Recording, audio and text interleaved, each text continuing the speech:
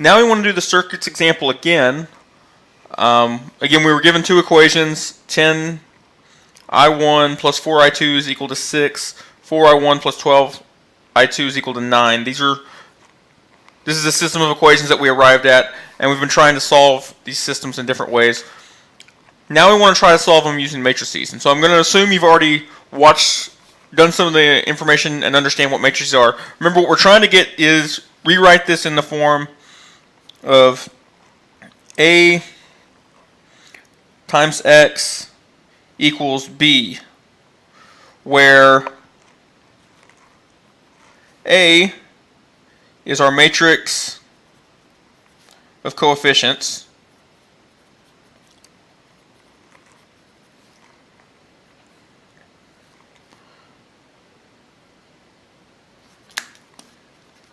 well, we'll write it out in a minute. X is our vector of variables, and B is our vector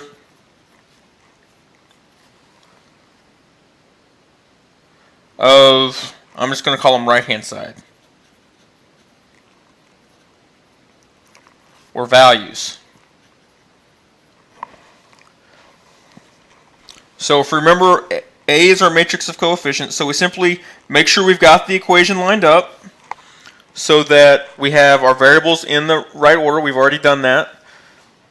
And then we just take the coefficients that are in front of each one and put those into, in this case for two equations, two unknowns, a 2 by 2 matrix. So 10 and 4 and 4 and 12.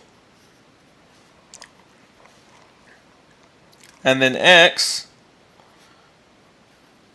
are our two variables, I1 and I2. And B are our values on the right. In this case, 6 and 9. And again, if we remember how to do matrix multiplication, if we took this and multiplied by this, we should get that, because we would take this top row, multiply it by this first column, we'd get 10 times I1 plus 4 times I2 would have to equal 6. We do the same thing with the second row. 4 times I1 plus 12 times I2 would be what we'd get on this side, and we'd say that has to equal 9. So that's how we break that down. And then the way we solve this is by saying that if this is true, then X is going to be equal to the inverse of A times B. So getting A inverse becomes the trick. A inverse, if we remember for a 2 by 2, what we do is we swap these two positions.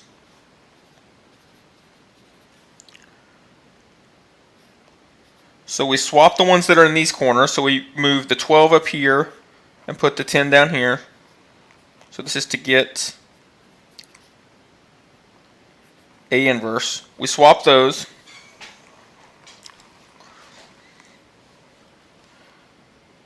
And then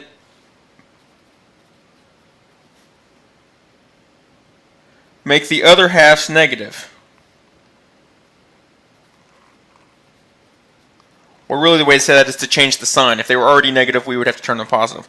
So we make this one negative 4 and negative 4. And we're not swapping them. It's tough to see because they're the same value. But we are just changing the sign, not changing the direction. And then we also have to multiply that by what is 1 over the determinant of A. And if you remember how to get the determinant of A,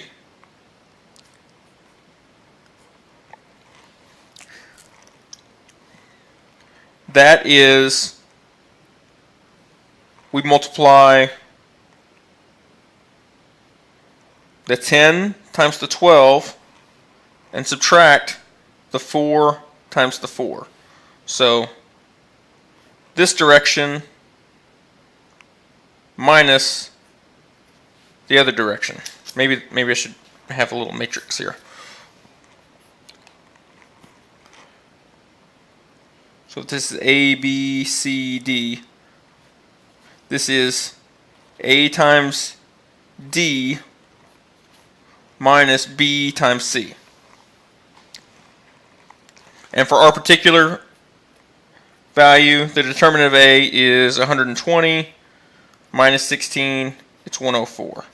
So our A inverse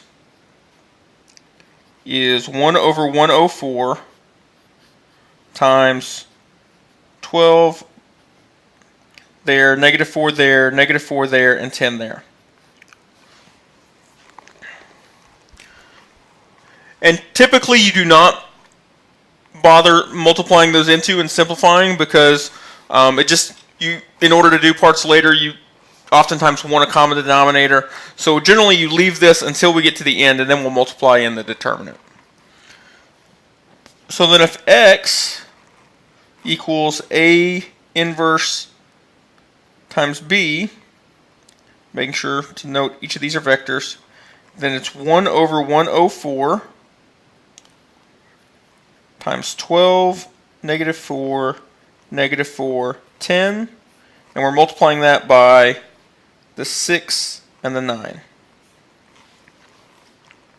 So that's 1 over 104. We multiply this row by the column, so 12 times 6 plus negative 4 times 9 up there. And the second row is this times that column, so negative 4 times 6 plus 10 times the 9.